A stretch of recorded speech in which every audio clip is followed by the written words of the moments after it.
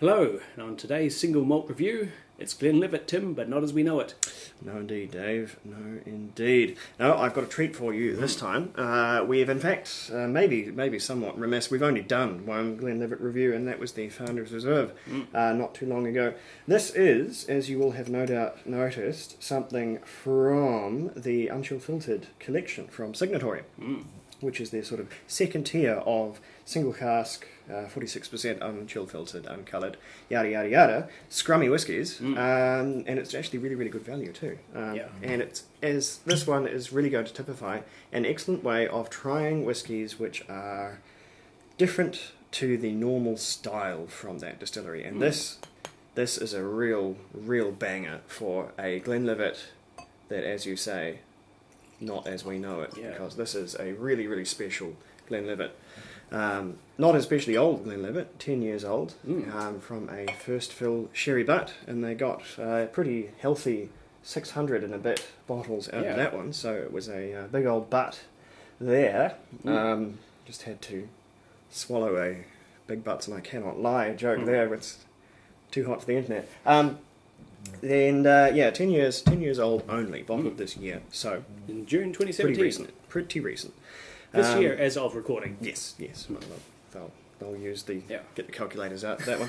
And before we get started, I want to show you, I might have to get up for this one, show you something peculiar to this whiskey.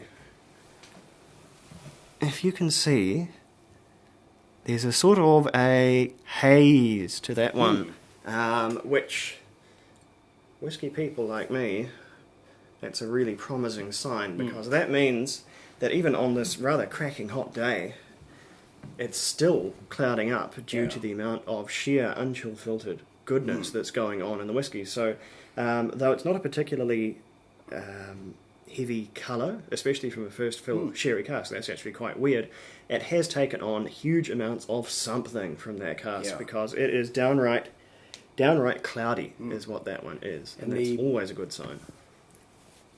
Signatory's labelling here includes mention of possible clouding, which is good for perhaps people who are maybe not so used to whiskey and wouldn't know, might be look askance at something like that. But yeah, for a 10-year-old sherry cask, normally expect something a bit darker, more of a ale colour. Well, this is quite a bright gold. It's the first fill nature of it which baffles me. I've seen 7-year-old first fill sherries, downright treacly, and they have been. You could have trouble seeing through them. I mean, sherry butts, a whiskey will take on most of its colour within its first 3 or 4 years. So this one, very gentle cask colour-wise, but certainly had plenty to say flavour-wise. So let's, without further ado, let's have a wee look.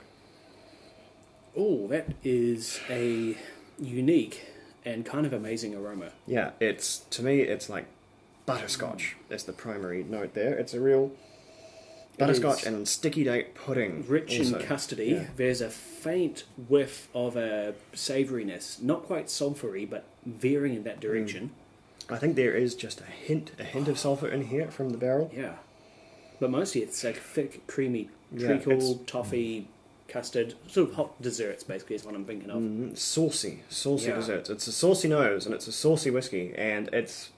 Though a nose could never have, there's no such thing as a thick and creamy nose, because that's a phase of matter which that simply does not apply. However, insofar as fumes can be rich and luscious, this is the impression it gets, it actually has.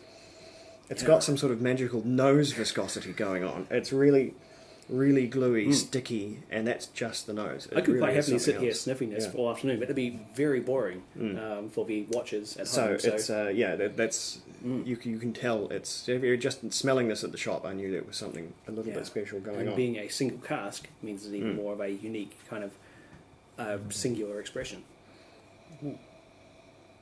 And what it's not, importantly, is anything like shoving your nose into a Glenlivet 12 years old, because that's an absolutely typical crisp, fruity Speyside dram. This could not be further away. What's the palate speaking to you of? I've just taken a long draw on that, and there's a quite hot, spicy hit on the front of the tongue, and then just a wash of fruit puddings, steam puddings, ginger, spices, and a good dash of sherry across the back of the tongue. This is very desserty in an English style. The the fruit, the Speyside white fruits are way more evident here than they are in the nose. It's like, you know, apples and pears and custard or something to that effect. And there's sort of almond and there's something else in there. There's almost like a rich red fruit thing. Have you ever people familiar with the cherry ripe? One of Which Cadbury's is less a- popular. Which is, I think that's more an Australian thing, really. You don't see it here so much. Sadly, just announced they're discontinuing it for local market. At least no more cherry ripes for us. Oh, I don't really like cherry ripes anyway, but that sort of almost sort of sugared candied fruit thing going on in the palate there as well. And I talked about texture of whiskey in a couple of last few reviews. It was the Glendronach Revival, I believe, had a particular texture to it. The And this- Glenglassaugh Revival. Glenglassaugh, of course. Yeah. No, it was. Got the company right. Yes. This one is in the same category. This one has a really, really smooth, creamy texture. It's not as sort of heavy or waxy as that Glenglassaugh was, but this has a texture all of its own. It's very, very round. Oh, that finish is, well, the finish on the tongue is evoking strongly. There's sort of waxy apple peel, then sort of fresh, crisp Granny Smith apple, fruity sharpness. It's really difficult to describe everything that's going on at once. And adding water, is, as you will find out, just adds yet another layer of complexity to it. Impressively complex and layered, yeah. It's a That very will deep change whiskey. it significantly. It's gone particularly cloudy now. It's getting difficult to see through that. Pretty murky at the moment. That's brought out a lot of rubber. There's That's, I think, brought out some of the real core cask notes there. There is a lot more sulphur, rubber, and a lot of just plain oak on the nose. Now, it's a much drier nose, much oakier nose. Smells like a puncture repair kit, which is, I have to say, a curious distinction to make. Yeah, and quite a lot fresher. But significantly, it's quite a bit harder. It's more. There's a bitterness to it on the palate with that water added. Has exacerbated some of the fruit. There's now I'm getting mangoes, tinned pineapple, that end of the flavour spectrum.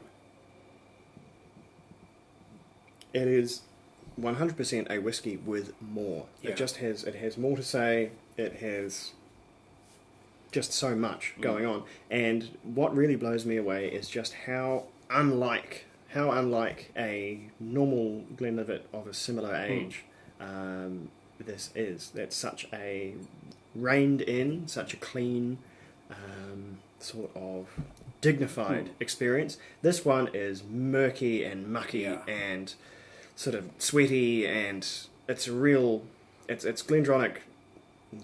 I can't stop saying it for some reason. It's a Glenlivet.